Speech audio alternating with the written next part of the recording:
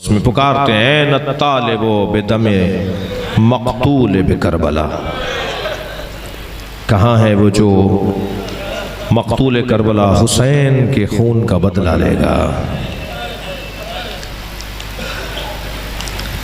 اگر محبوب علی اکبر ہو تو کوئی حسین سے پوچھے کہ کیا گزری، اور اگر کوئی محبوب یوسف ہو تو کوئی یعقوب سے پوچھے کہ غائب ہو جانے پر کتنی تکلیف ہوتی ہے۔ زندہ تھے مگر غائب تھے۔ غیبت میں جب تک یعقوبی گریہ امت کا نہیں ہوگا اس وقت تک یوسف زہرا کا ظہور نہیں ہوگا۔ یوسف زہرا شاید ہم سے زیادہ ہمارے منتظر ہیں، ہم ان کی دید کے طالب و حکم خالق کے مزاح دونوں طرف انتظار ہوتا ہے، وہ بھی ہمارے انتظار میں ہیں، ہم بھی ان کے انتظار میں ہیں۔ جب آئیں گے تو خانہ کعبہ کی دیوار سے ٹیک لگا کے فرمائیں گے بقیت اللہ خیر لکم ان کنتم مومنین، اللہ کا بقیہ تمہارے لیے بہترین ہے اگر تم مومن ہو۔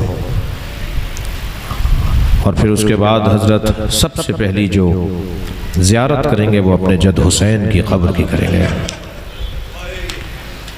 قبر امام حسین سے تو مختار نے بھی اپنی تحریک کا آغاز کیا تھا نا، ایسے امام بھی اپنی تحریک کا آغاز قبر امام حسین سے کریں گے، پھر وہاں سے نجف جائیں گے۔ روایات میں کوفہ لکھا ہے کیونکہ حدیث میں نجف کا لفظ نہیں ہے، نجف کا لفظ بعد میں بنا ہے۔ پھر وہاں سے آپ نجف جائیں گے یعنی کوفہ جائیں گے، یعنی مولا علی کے مزار پہ جائیں گے، اور میرے مولا وہاں پہلی نماز جماعت پڑھیں گے جس میں حضرت عیسیٰ ان کے پیچھے کھڑے ہوں گے، ان کے مکبر ان کی اقامت کہنے والے حضرت عیسیٰ ہوں گے، اور بصرے تک صفیں لگیں گی جو پہلی نماز جماعت ہوگی۔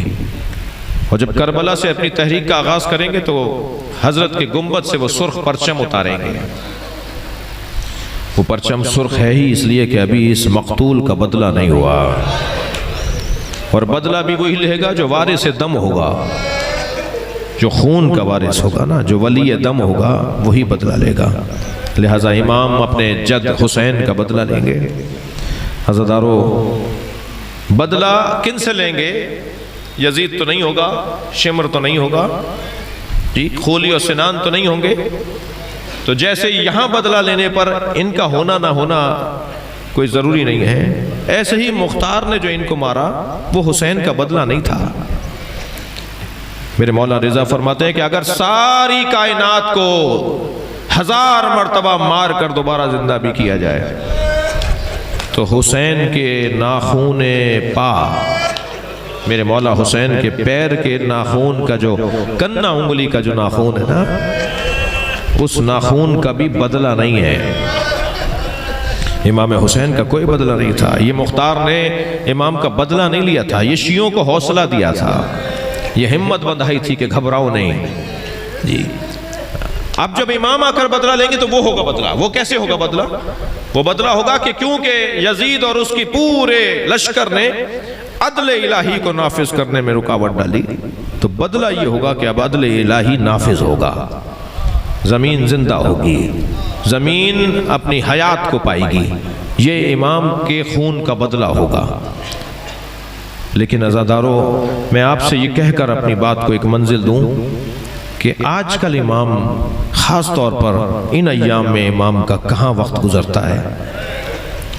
مجھے لگتا ہے کہ یہ جو مسلمانوں کی پریشانیاں ہیں، یہ جو مومنین کی وہ پریشانیاں ہیں، کتنی تکلیف میں امام ہوں گے، مگر شب جمعہ کربلا جاتے ہیں اور وہاں کھڑے ہو کر زیارت پڑھتے ہیں اپنے جد کی، اور اس میں ایک جملہ کہتے ہیں السلام علیکہ ایہا الخد الطریب، سلام ہو ان رخساروں پر جن پہ خاک اور خون لگا ہوا تھا، سلام ہو اس ریش مبارک پر جو خون علی اصغر سے رنگین ہو گئی تھی، سلام ہو ان سروں پر جنہیں نیزے کی انیوں پہ اٹھایا گیا تھا، سلام ہو ان سروں پر جن سے چادریں اتاری گئی تھی۔ عزادارو، سب سے زیادہ تکلیف کربلا میں اور ائمہ اہل بیت کو سب سے زیادہ تکلیف کون سی مصیبت کے بیان پر ہوتی ہے؟ جی وہ ہے جناب زینب کی بے ردائی. جو بی بی اپنے بابا کے سامنے بغیر چادر کے نہ جاتی ہو، جو بی بی اپنے بھائیوں کے سامنے بغیر چادر کے نہ جاتی ہو، اس نے شام غریبہ میں زندگی کی پہلی نماز بغیر چادر کے کیسے پڑھی ہوگی؟ مجلس میں خواتین بھی بیٹھی ہیں نا، ہم بند کمرے میں بھی ہوں، ہماری بیویاں بند کمرے میں بھی ہوں، کوئی نامحرم کا گزر بھی نہ ہو، تب بھی بغیر حجاب کے بغیر چادر کے نماز نہیں ہوگی. کتنی مصیبت والا مرحلہ تھا وہ، کتنی بڑی مصیبت تھی کہ جب شام غریبہ میں زینب کبریٰ نے اپنے ہاتھ تکبیر کے لیے بلند کیے ہوں گے، میری بیوی کے سر پہ چادر نہیں تھی. عجب نہیں نیت کرنے سے پہلے کہا یا اللہ اس نماز کو بھی قبول کر لے، میں تیری بارگاہ میں عبادت کے لیے حاضر ہوئی ہوں، مگر کھلے آسمان کے نیچے زینب کے سر پہ چادر نہیں ہے. اجرکم اللہ. آپ نے گریہ کر لیا. اسی باب میں عزاداروں ایک جملہ اور کہتا ہوا اپنی بات کو مکمل کروں. کربلا میں حسین ابن علی مولا کو سب سے زیادہ تکلیف حضرت علی اکبر کے لاشے پر ہوئی، حضرت عباس کے لاشے پر ہوئی. لاشیں بڑے، آج بھی اگر میں بیان کروں اور ہم سنیں تو ہماری آنکھوں میں آنسو آ جاتے ہیں. یہ 3 لاشیں تو ایسے ہیں جن پہ حسین بھی بہت روئے ہیں، علی اکبر کے لاشے پہ بہت روئے، عباس علمدار کے لاشے پر حسین مولا بہت روئے، اور ایک لاشہ تو اتنا چھوٹا تھا مگر پھر بھی حسین سے اٹھتا نہیں تھا. کبھی آگے جاتے تھے انا للہ، کبھی میرے مولا الٹے پیر واپس آتے تھے رضاً بقضائہ و تسلیما لامرہ. ان لاشوں پر میرے مولا کا گریہ، مولا کی روحی تکلیف دیکھنے کی ہے مقتل میں جو بیان ہوا ہے. لیکن سب سے زیادہ تکلیف علامہ نقن صاحب فرماتے ہیں امام حسین کو کب ہوئی. اس کا منظر انہوں نے یوں بیان کیا کہ مقتل میں لکھا ہوا ہے جب حسین گھوڑے سے گر گئے. جنہیں رونا آ رہا ہے اپنی آوازوں کو آزاد رکھیں گے. میں اپنے اس روایت پر بیان کو مکمل کروں گا.